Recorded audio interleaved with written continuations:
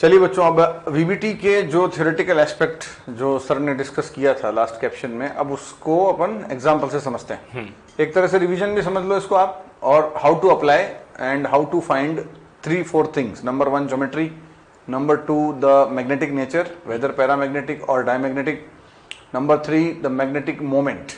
जैसे मान लो मैग्नेटिक मोमेंट का formula √n into n+2, it is known as the spin magnetic spin only formula. बिल्कुल, ठीक है। n is the number of unpaired electrons. तो अपने को मालूम पड़ जाए कि पैरामैग्नेटिक है, नंबर ऑफ अनपेड इलेक्ट्रॉन्स अपने को पता हो, तो मैग्नेटिक मोमेंट बोर मैग्नेटन में निकाला जा सकता है by the formula √n into n+2। ठीक है। तो एक तो ये, और इसके अलावा high spin low spin complex, and lastly outer orbital inner orbital complex. Total मिला के ये 5 चीजें अपने को आनी चाहिए, है ना। 5 things, number 1 geometry, number 2 magnetic nature, number 3 magnetic moment, number 4 high spin low spin, and number 5 inner या आउटर ऑर्बिटल कॉम्प्लेक्स। अगर आपको सभी एग्जांपल्स में ये 5 जवाब आते हैं तो वह वीबीटी अप्लाई करना सीख गए हैं। ठीक है। आइए देखते हैं। सबसे पहले जैसे ये है पोटेशियम फेरोसाइनाइड। सबसे पहला काम क्या करना है, आयरन का ऑक्सीडेशन स्टेट आ रहा है +2, तो आयरन का जो कॉन्फ़िगरेशन है D6-4s2, तो पहले Fe+2 का कॉन्फ़िगरेशन होगा D6-4s0। इस बात का ध्यान रखना, सबसे ज्यादा जो इंपॉर्टेंट है, गलती जो होती है यही होती है, D6 को D4 कर देते हैं बच्चे जो है ना D से निकाल देते हैं, क्योंकि वो क्या है, कॉन्फ़िगरेशन लिखने की आदत गलत होती है। बिल्कुल, 4s2 3D6 लिखते हैं, तो 3D अगर आप बाहर लिखोगे तो निकालोगे भी 3D से, तो लिखने की आदत सही डालनी चाहिए कि भाई जो अंदर वाली शैल है उसको अंदर लिखें। तो 3D6 4s2, अब आप इलेक्ट्रॉन निकालोगे तो 4s से अपने आप ही निकलेगा। सो नाउ अब 3D6 है अपने पास, ठीक है, ये रहा 3D6। तो एक है पेड इलेक्ट्रॉन पेयर और बाकी 4 अनपेड है। ठीक है। अब ये सिचुएशन है Fe+2 की। अब जरा चेक करते हैं लिगेंड कौन सा है। लिगेंड है स्ट्रॉन्ग फील्ड लिगेंड, क्योंकि जैसे सर ने बताया था carbon donors they are the strong field ligands, SFL। बिल्कुल, साइनाइड। अगर SFL है तो बैक पेयरिंग कराएगा। बैक पेयरिंग का मतलब क्या होता है कि ये आपस में पेयर हो जाएंगे। ठीक है ना, दीज विल गेट पेयर्ड। अगर ये आपस में पेयर हो गए, strong field ligand, because it will cause greater repulsion that increases the energy and that energy is used for pairing। अब ये पेयरिंग होगी, यहाँ से पेयरिंग होने के बाद में सिचुएशन जो है वो क्या होगी उसको देखें। ये देखो, बिल्कुल, बैक पेयरिंग के बाद में ये 2d ऑर्बिटल खाली हो गए। अब आप यहां से गिनती करें, how many ligands are there? 6। तो द सेंट्रल मेटल एटम या ion provides number of vacant orbitals equal to its coordination number. तो 6 वेकेंट ऑर्बिटल्स आयरन प्रोवाइड करेगा। कौन कौन से प्रोवाइड करेगा? 1 2 3 4 5 6, गिनती करते जाएं। ये पहले हाइब्रिडाइज होंगे, D2sp3 हाइब्रिडाइजेशन होगा। उसके बाद में they will arrange themselves in octahedral manner and then ligands will approach and then the bond will be formed, coordinate bond. बिल्कुल, मेटल से, मेटल और लिगेंड के बीच में coordinate bond, ligand donor metal acceptor, right. So octahedral होगा, D2sp3 hybridisation होगा। Complex एक बार back pairing होने के बाद चेक करें डायमैग्नेटिक है कि पैरामैग्नेटिक है, तो पता चल जाएगा कि ये डायमैग्नेटिक है, because there are no unpaired electrons, सब पेयर्ड है। बिल्कुल। और फाइनली ये इनर है कि आउटर है। तो देखो अगर अपन इकट्ठा करें तो हाइब्रिडाइजेशन आ रहा है D2sp3, पहली बात है ना। दूसरी बात है ऑक्टाहेड्रल ज्योमेट्री, बिल्कुल, ठीक है। तीसरा है मैग्नेटिक मोमेंट है, डायमैग्नेटिक है, magnetic μ0, yes, and mu will be 0। 4 हो गए। अब नंबर 5 आउटर है कि इनर है, तो ये इनर n-1 शेल वाले d ऑर्बिटल पार्टिसिपेट कर रहे हैं, तो इट इज इनर, है ना, inner orbital complex. And number 6 है हाई स्पिन लो स्पिन, तो पेयरिंग हो गई है, तो it will be low spin complex. अगर मेटल के अनपेड इलेक्ट्रॉन्स में कमी आ जाए, ठीक है, इन प्रेजेंस ऑफ लिगेंड, बिल्कुल, due to pairing, hence low spin complex. ये 6 जवाब अगर आपको आते हैं किसी भी कॉम्प्लेक्स के लिए, तो फिर आप सही जा रहे हैं, आपको वीबीटी समझ में आ गई है। ठीक है ना, इस तरह से ध्यान रखें। और जो जो एक्सेप्शंस हमने बताए थे, जो सर ने बताए थे, वो याद रखने। कोबाल्ट +3 के साथ वाटर को SFL लेके सॉल्व करना है, ऑप्शन डोनर, है ना, ये ध्यान रखना है। जैसे 3D सीरीज वाला कोई आयन है +4 वाला, तो उसके साथ कोई भी लिगेंड है तो SFL मान के सॉल्व करना है। 4D 5D सीरीज वाला कोई भी है तो उसके साथ में कोई भी लिगेंड आए तो SFL मान के सॉल्व करना है। SFL मतलब बैक पेयरिंग करानी है। उसके बाद इस तरह के आंसर्स लिखने हैं, ठीक है, तो आपका आंसर सही आएंगे, otherwise you will make mistakes. अब जैसे वीक का भी केस ले लेते हैं। अब यहाँ क्लोरीन एक वीक लिगेंड है, बिल्कुल, है ना, तो वीक लिगेंड है, hence it will not cause back pairing. Fe+3 का कॉन्फ़िगरेशन 3d5, ध्यान से इलेक्ट्रॉन निकालें, 2 s से निकलेंगे और एक 3d से निकलेगा, और 3d5 हो गया। 3d5 contains 5 unpaired electrons. Now क्या Cl इनकी पेयरिंग कराने में सक्षम है? Answer is no. और अगर इनकी पेयरिंग नहीं होगी तो फिर आगे वाले 6 गिनती करें। बिल्कुल, तो आयरन अपने आगे वाले 6 वेकेंट ऑर्बिटल प्रोवाइड करेगा। ये है 1 2 3 4 5 और 6। अगर इन 6 ये हाइब्रिडाइज होंगे, ऑक्टाहेड्रली अरेंज होंगे और मेटल लिगेंड बॉन्ड बनेगा, और लिगेंड के इलेक्ट्रॉन्स यहां पर अरेंज हो जाएंगे, and this is how the complex will be found. तो आंसर्स क्या क्या बनते हैं? It will B sp3d2। आ गई होगी बात समझ में, क्यों? क्योंकि sp3d2। अब यहां ध्यान रखना, nth शेल का या nth शेल का d ऑर्बिटल पार्टिसिपेट कर रहा है। ज्योमेट्री डजंट चेंज, ऑक्टाहेड्रल है। अब पैरामैग्नेटिक हो गया, और पैरामैग्नेटिक है तो म्यू की value √5 × 5 + 2 n × n + 2, 5 point something I. तो ये आपके √35 बोर मैग्नेटन Bm इसका, ये एटॉमिक स्ट्रक्चर में आता है फॉर्मूला, और इसको स्पिन ओनली फॉर्मूला कहते हैं। डी ब्लॉक में फिर आएगा, बिल्कुल, ठीक है। अच्छा, अब देखो इनर के आउटर, तो ये है outer orbital complex and high spin low spin, high spin, तो it is high spin complex because the number of electrons in iron remain the same in presence of ligand. Unpaired electrons. तो ये total मिला के ध्यान रखें, है ना, ये 1 2 3 4 5 और 6, ये 6 जवाब आपको आने चाहिए। एक वीक वाला केस हो गया, एक स्ट्रांग वाला केस हो गया। बैक पेयरिंग कैसे करानी है और कैसे नहीं हो रही है, कैसे जज करेंगे आप, है ना। मेरे को लगता है कि बात क्लियर हो गई होगी। और कुछ एग्जांपल्स के अंदर, जैसे वो ये एग्जांपल इसमें दे रखा है। अब ये देखो आगे वाला केस लेते हैं, NiCl4 2-। अब यहाँ पे 4 कोऑर्डिनेशन नंबर वाला केस है। इसमें निकल +2 है। निकल का कॉन्फ़िगरेशन है 3d8 4s2, 2 इलेक्ट्रॉन निकाल दीजिए s से, so you will get 3d8। 3d8 को अगर अपन बनाएंगे तो there are 2 unpaired electrons. You can see there are 2 unpaired electrons. अब जरा लिगेंड पे नजर मारें, है ना। लिगेंड जो है वो है वीक लिगेंड है। क्या वो पेयरिंग करा पाएगा? Answer is no. और अगर पेयरिंग नहीं होगी तो आगे वाले 4, है ना, they will undergo mixing and the hybridisation will be sp3। So एक मिनट, यहां आंसर्स अगर देखें अपन तो आंसर विल बी sp3 है, तो geometry will be tetrahedral. What about magnetic nature? तो ये अनपेयर्ड इलेक्ट्रॉन बचे तो इट इज पैरामैग्नेटिक। पैरामैग्नेटिक है तो फिर अपने को √2 × 2 + 2, ये √8 आ जाएगा, √8 बोर मैग्नेटन। अब यहाँ पे हाई स्पिन लो स्पिन की कोई आवश्यकता नहीं है, बिल्कुल, और इनर ऑर्बिटल कॉम्प्लेक्स या आउटर ऑर्बिटल कॉम्प्लेक्स की भी आवश्यकता नहीं है। इनर ऑर्बिटल आउटर ऑर्बिटल नहीं, हाई स्पिन लो स्पिन लिख सकते हैं। वैसे हाई स्पिन लिख सकते हैं। यहां पर आप नंबर 5 ले लें, that is high spin. High spin लिख सकते हैं, इनर आउटर ऑर्बिटल की जरूरत नहीं है, ठीक है। तो 4 में आवश्यकता नहीं, ओनली 5 और 6। तो inner orbital outer orbital only 5 और 6, बाकी आप ये 5 जवाब लिख सकते हैं। अच्छा, ये 4 वाले केस में स्ट्रॉन्ग का केस आ रहा है, तो यहां पर फिर वही बात, निकल +2 है 3d8 configuration. The 3d8 configuration से 2 अनपेयर्ड होते हैं, but cyanide being a strong field ligand pairing हो गई, कॉजेज द बैक पेयरिंग। बिल्कुल, और बैक पेयरिंग होने के बाद आगे वाले 4 ऑर्बिटल्स एम्प्टी वाले अगर अपन मिक्सिंग में पार्टिसिपेट कराएं तो हाइब्रिडाइजेशन आता है dsp2। बिल्कुल, और dsp2 अगर आता है तो फिर the answers will be dsp2, the geometry will be square planar. Number 3 it will B diamagnetic.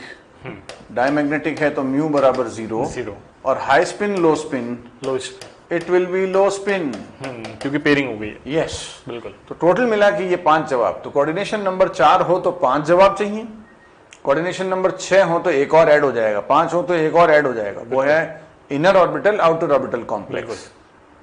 Total मिला के आप अगर ये जवाब दे पा रहे हैं और आपको बात समझ आ रही है तो फिर वीबीटी आपके पूरी तरह से पल्ले पड़ चुकी है, और इसका मतलब आप आराम से सवालों के जवाब दे पाएंगे। These are the questions which are asked.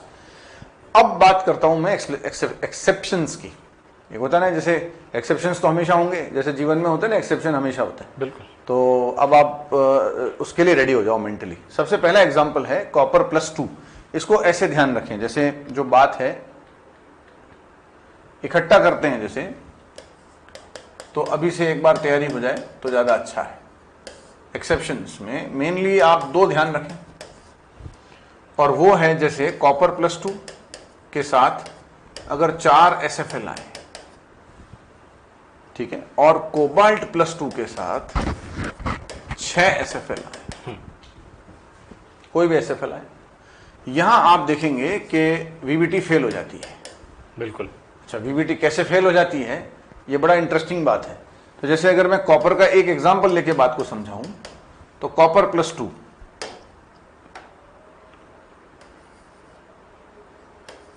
कोई एक कॉम्प्लेक्स ही लेते हैं बच्चों, है ना। तो जैसे कॉपर के साथ में NH3 ले लिया, जो आगे दे रखा है, साइनाइड भी ले सकते हैं, कुछ भी ले सकते हैं, ये +2।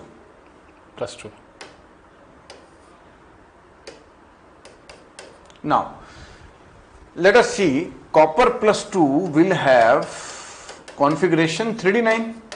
बिल्कुल। 3d9 का मतलब हो गया कि एक अनपेड इलेक्ट्रॉन होगा, देखो है ना, 4 तो पेयर्स, एक अनपेड। अब जरा मुझे बताएं ये स्ट्रांग है कि वीक, तो आंसर इज स्ट्रांग। अगर ये स्ट्रांग है तो फिर बैक पेयरिंग का कोई मतलब ही नहीं है। बिल्कुल।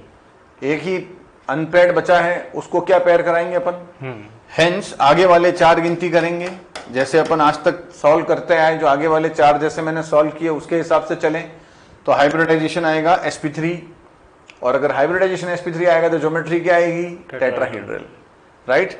इसका मतलब अकॉर्डिंग टू VBT ये कॉम्प्लेक्स टेट्राहेड्रल होना चाहिए, ठीक है, और हाइब्रिडाइजेशन है sp3, जो कि ऑब्जर्व फैक्ट्स के बिल्कुल कॉन्ट्रडिक्शन में है। ऑब्जर्व फैक्ट ये कहता है कि ये कॉम्प्लेक्स स्क्वायर प्लेनर है। द स्पेक्ट्रोस्कोपिक मेजरमेंट्स ये कहते हैं कि ये स्क्वायर प्लेनर है ना, and hence the hybridisation has to be dsp2 बिल्कुल to explain that square planar. तो जब भी थ्योरी में और ऑब्जर्वेशन में कॉन्ट्रडिक्शन आ जाता है तो फिर थ्योरी को बदलना होता है। नाउ द अल्टरनेटिव एक्सप्लेनेशन, मेरे को लगता है बात समझ में आ गई होगी, सेम बात यहां पर होती है कोबाल्ट +2 में। 6 SFL जब आते हैं तो आप देखेंगे कि ये इसी तरह से मामला फेल होता है, एंड एक्सप्लेनेशन फिर अपने को उसी हिसाब से करना पड़ता है जैसे मैंने अभी किया और अभी अपन करने जा रहे हैं। तो जरा ऑब्जर्व करते हैं what happens and how it is explained, ठीक है। तो ऑब्जर्वेशन ये है कि कॉपर +2 जब 4 SFL के साथ आता है तो स्क्वायर प्लेनर होता है कॉम्प्लेक्स, ये स्पेक्ट्रोस्कोप से पता चला। अब जिद नहीं कर सकते ऑब्जर्वेशन से, ठीक है ना, ऑब्जर्वेशन से कोई भी जिद करता है तो कोई फायदा नहीं है जिद करने का, ठीक है। तो अब आप देखो कि अगर ये स्क्वायर प्लेनर है तो कैसे समझाएंगे। dsp2 है, क्लियर हो गया। अब द एक्सप्लेनेशन इज हियर कि जो एक अनपेयर्ड इलेक्ट्रॉन है कॉपर +2 में प्लेस्ड d9 के केस में, in presence of 4 SFL it acquires higher energy, और वो हायर एनर्जी के कारण जंप करके है ना सीधे 4p में चला जाता है, हायर एनर्जी ऑर्बिटल में चला जाता है, हायर एनर्जी ऑर्बिटल में चला जाता है, ठीक है। अब ये हायर एनर्जी 4d भी हो सकता था, लेकिन ध्यान रखें कि अपने को जितने जरूरत है उस हिसाब से काम होगा कि भाई 4 ऑर्बिटल्स यानी कि 4 हाइब्रिड ऑर्बिटल्स की आवश्यकता है, तो 1 2 3 और 4 ये मिक्सिंग में चले जाएंगे, और अगर ये खाली है तो फिर इसी के अंदर वो आएगा जो भी नेक्स्ट खाली है, क्योंकि आगे वाले में जाने के लिए और एनर्जी की रिक्वायरमेंट होगी, बिल्कुल। तो इसलिए वो काम नहीं होएगा, जो काम मिनिमम एनर्जी मांगता है वही काम होएगा। तो इलेक्ट्रॉन 4p में चला जाएगा। तो आपसे पूछेंगे कि कॉपर +2 या कॉपर अमोनिया के कॉम्प्लेक्स में अनपेयर्ड इलेक्ट्रॉन कौन से ऑर्बिटल में प्रेजेंट होता है, तो आंसर है 4p, ध्यान रखें, नॉट 4d, तो इसका थोड़ा सा ध्यान रखना है। अब मुझे लगता है dsp2 एक्सप्लेन हो जाएगा आराम से, और स्क्वायर प्लेनर भी एक्सप्लेन हो जाएगा। मैग्नेटिक नेचर पे इसका कोई प्रभाव नहीं है, मैग्नेटिक नेचर पहले भी पैरामैग्नेटिक आ रहा था, अभी भी है, बिल्कुल। और पैरामैग्नेटिक के साथ साथ बोर मैग्नेटन अपन निकालेंगे अगर म्यू की वैल्यू तो √3 आएगी, ठीक है। इस तरह से this was the explanation given for this complex. You can सी कि कैसे। तो अब जो मैं बात कहना चाह रहा था वो ये था कि VBT में जो कुछ बातें सर ने जैसे बताई थी वो ध्यान रखनी है ना, जनरल केसेस तो सॉल्व कैसे करने हैं वो देख लिए, और इन 2 एक्सप्लेनेशंस को आप थोड़ा सा नोट कर लें कि भाई इनके अंदर है ना इस प्रकार का एक्सप्लेनेशन आएगा। अगर आप चाहें तो एक कोबाल्ट का केस भी मैं आपको क्लियर कर दूं, ताकि है ना बात पता चल जाए क्लियरली कि किस तरह से है ना लेना है। जैसे कोबाल्ट के केस में जो एनसीईआरटी केस है वो ही लेते हैं, और इसके ऊपर एनसीईआरटी ने एक बहुत अच्छा सवाल पूछा है जिसके बारे में बात करेंगे। एक बार इसको सॉल्व करते हैं। एक काम करते हैं, जनरल अगर वीबीटी के हिसाब से चलें तो कोबाल्ट +2, कोबाल्ट का atomic number, iron cobalt nickel 27 atomic number होता है। बिल्कुल। 27 एटॉमिक नंबर के हिसाब से अगर मैं पहले कोबाल्ट का कॉन्फ़िगरेशन लिखूं, अगर मैं कोबाल्ट का कॉन्फ़िगरेशन लिखता हूं तो आता है 3d7 4s2। कोबाल्ट +2 का कॉन्फ़िगरेशन हो जाएगा 3d7। 3d7 के हिसाब से अगर चलें तो ये 1 ये 2, बिल्कुल। और उसके बाद में 3 अनपेयर्ड, और बाकी के आगे के खाली हैं 4d तक। बिल्कुल राइट, ये सिचुएशन है। नाउ स्ट्रॉन्ग के वीक आंसर है कि 6 SFL हैं, और अगर 6 SFL हैं तो बैक पेयरिंग होगी। अगर बैक पेयरिंग कराओगे बच्चों तो सिचुएशन इस तरह से आएगी कि भाई एक तो पेयर हो जाएंगे, ये दोनों तो पेयर हो जाएंगे, और उसके बाद में एक अनपेयर्ड बचेगा। ये एक सेकेंड, वही है बस। एक अनपेयर्ड बचेगा, एक अनपेयर्ड बचेगा। राइट, अब जरा मुझे बताओ 6 हैं तो आगे वाले 6 गिनती कर लेते हैं। ठीक है, तो आगे वाले अगर 6 अपन गिनती करते हैं तो बड़ी सरप्राइजिंग बात समझ में आएगी। 1 2 3 4 5 6, यानी हाइब्रिडाइजेशन बना DsP3D। क्या ऐसा कोई हाइब्रिडाइजेशन सुना आपने? DsP3D, या तो D2sp3 होगा या sp3d2 होगा। हाइब्रिडाइजेशन की बहुत अहम कंडीशन है कि the orbitals should have almost equal energy. बिल्कुल। अब ये n-1d और ये nd, एनर्जी का गैप बहुत ज्यादा है, तो इनकी इंटरमिक्सिंग पॉसिबल नहीं, संभव नहीं है। बिल्कुल। और इसीलिए इस प्रकार का हाइब्रिडाइजेशन नहीं हो सकता। या तो दोनों डी अंदर के हो या दोनों डी बाहर के हो, या फिर दोनों। एक ऐसा अंदर हो का नहीं एक बाहर सकता। का नहीं चलेगा। बिल्कुल। इसीलिए अब ये चीज वीबीटी से एक्सप्लेन नहीं हो सकती। ये वीबीटी का एक्सप्लेनेशन है। वीबीटी आंसर दे रही है DsP3D। ठीक है, ऐसा कोई हाइब्रिडाइजेशन ही नहीं होता है, इसका मतलब मामला फेल हो रहा है।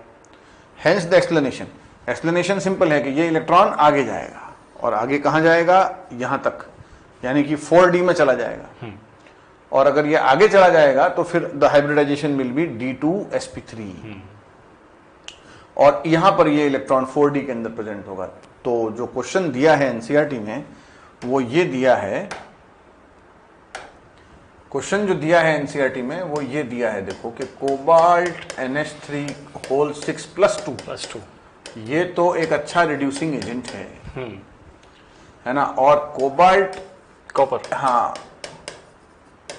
कोबाल्ट का +3 वाला जो वाला, केस है, ओके, वो रिड्यूसिंग एजेंट नहीं है, इतना अच्छा रिड्यूसिंग एजेंट नहीं है। आंसर सिंपल है कि इसमें कोबाल्ट +2 के अंदर जो अनपेयर्ड इलेक्ट्रॉन है, it is present in higher energy 4d orbital. 4d outer कोरिंग बाहर वाले ऑर्बिटल में प्रेजेंट है, और इसीलिए उसको निकालना आसान है। और जो आसानी से इलेक्ट्रॉन लूज करने की क्षमता रखता है वो अच्छा रिड्यूसिंग एजेंट होता है। तो इसके रिड्यूसिंग एजेंट का राज जो है वो है कि unpaired electron present in 4d orbital, है ना, higher energy orbital, and hence can be removed easily. ये आसानी से इलेक्ट्रॉन लूज करके इसमें कन्वर्ट हो जाता है। It can easily lose electron and get converted to +3। तो ये रिड्यूसिंग एजेंट है, ये नहीं। ये बहुत अच्छा क्वेश्चन एनसीईआरटी में गिवन है, और इसको फिर आपको इस बात से समझ में आ जाती है बात कि वीबीटी से नहीं समझा सकते, उस इलेक्ट्रॉन को अपने को आगे भेजना पड़ेगा। बिल्कुल। ठीक है, 2 एक्सेप्शंस हैं, मेरे को लगता है याद रहेंगे आपको। अब एक काम करते हैं, एक छोटी सी ट्रिक देखते हैं। ठीक है, ट्रिक है हाउ टू डिटरमाइन हाइब्रिडाइजेशन। अगर अपन देखें कोऑर्डिनेशन नंबर 6 के हिसाब से, बिल्कुल, तो कोऑर्डिनेशन नंबर 6 यानी ऑक्टाहेड्रल वाला केस है ना, इसमें देखें अगर कॉन्फ़िगरेशन CMI कॉन्फ़िगरेशन है ना, कॉन्फ़िगरेशन ये फिक्स है। देखो D1 हो, D2 हो, D3 हो, तो कोई फर्क नहीं पड़ता SFL है कि WFL है ना, कोई फर्क नहीं पड़ता। अगर ये 3 कॉन्फ़िगरेशन आ जाए, CMI कौन सेंट्रल मेटल आयन कॉन्फ़िगरेशन निकालें, D1 D2 D3 आ रहा है तो नेवर माइंड 6 SFL हो चाहे 6 WFL हो, फर्क नहीं पड़ता है। हाइब्रिडाइजेशन हमेशा D2sp3 होगा बिल्कुल, और इनर ऑर्बिटल कॉम्प्लेक्स बनेगा हमेशा। अच्छा, इसी तरह से एक इनफैक्ट D8 D9 और D10 बिल्कुल, यहां पर भी आप देखें फर्क नहीं पड़ता, इम्यून हो जाते हैं। 6 SFL हैं कि 6 WFL हैं, बिल्कुल, कोई फर्क नहीं पड़ेगा। और हाइब्रिडाइजेशन हमेशा sp3 D2 ही आएगा, ठीक है। आउटर। हाँ, और ये आउटर ऑर्बिटल कॉम्प्लेक्स ही बनेगा। यानी ये बैक पेयरिंग वाली जो बात है ये केवल 4 कॉन्फ़िगरेशंस के लिए एप्लीकेबल है, D4 D5 D6 D7। बिल्कुल, बाकी ये 3 और ये 3 है ना, बिल्कुल मोह माया से मुक्त है, किसी प्रकार से कोई टेंशन नहीं है, आप डायरेक्ट आंसर लिख दें। अच्छा, अब अगर D4 है, D5 है, बिल्कुल, D6 है और D7 है, यहां पर अपने को बैक पेयरिंग का ध्यान रखना है, ठीक है। अब जैसे D4 वाला केस है, D4 वाले केस में 6 WFL वाले केस में, और अगर अपन देखें 6 SFL वाले केस में, SFL है तो बैक पेयरिंग होगी, लेकिन D4 में ध्यान रखें एक ही पेयरिंग होती है, ठीक है। ऐसे नहीं करना कि 4 अनपेड हैं दोनों उनको भेज दिया अंदर, नहीं, एनर्जी रिक्वायर्ड, तो जितनी रिक्वायरमेंट है उतनी ही पेयरिंग होगी, बिल्कुल, ठीक है। हाइब्रिडाइजेशन विल बी D2sp3, ठीक है। और इसमें मैं लिख देता हूं 1 पेयरिंग, एक ही पेयरिंग कराएं, बिल्कुल, जितनी आवश्यकता है उतनी ही पेयरिंग करानी है। बहुत ध्यान से सुनना बच्चों, ठीक है।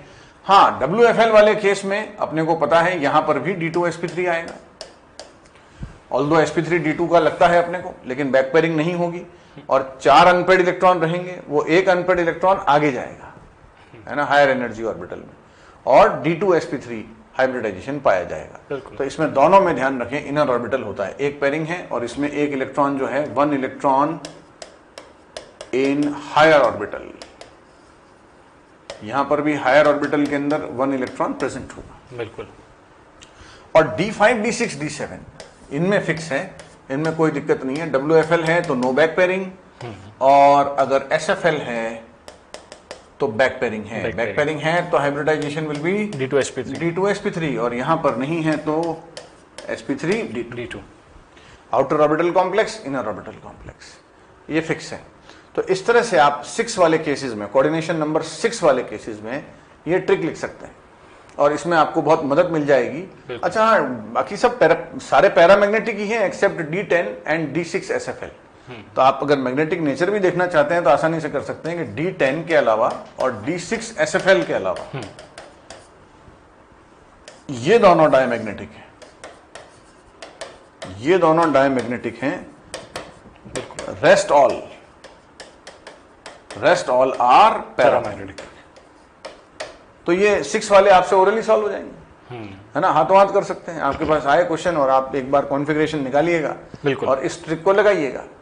मुझे लगता है कोऑर्डिनेशन नंबर, अच्छा ये ध्यान रखना कहाँ लगानी, 6 में लगानी, सब जगह मत लगा देना, मालूम पड़ा सब जगह लगाते फिर दें, है ना। इसको कोऑर्डिनेशन नंबर 4 का भी बता देता हूँ, 1 मिनट रुको, सब्र रखो 1 मिनट रुको।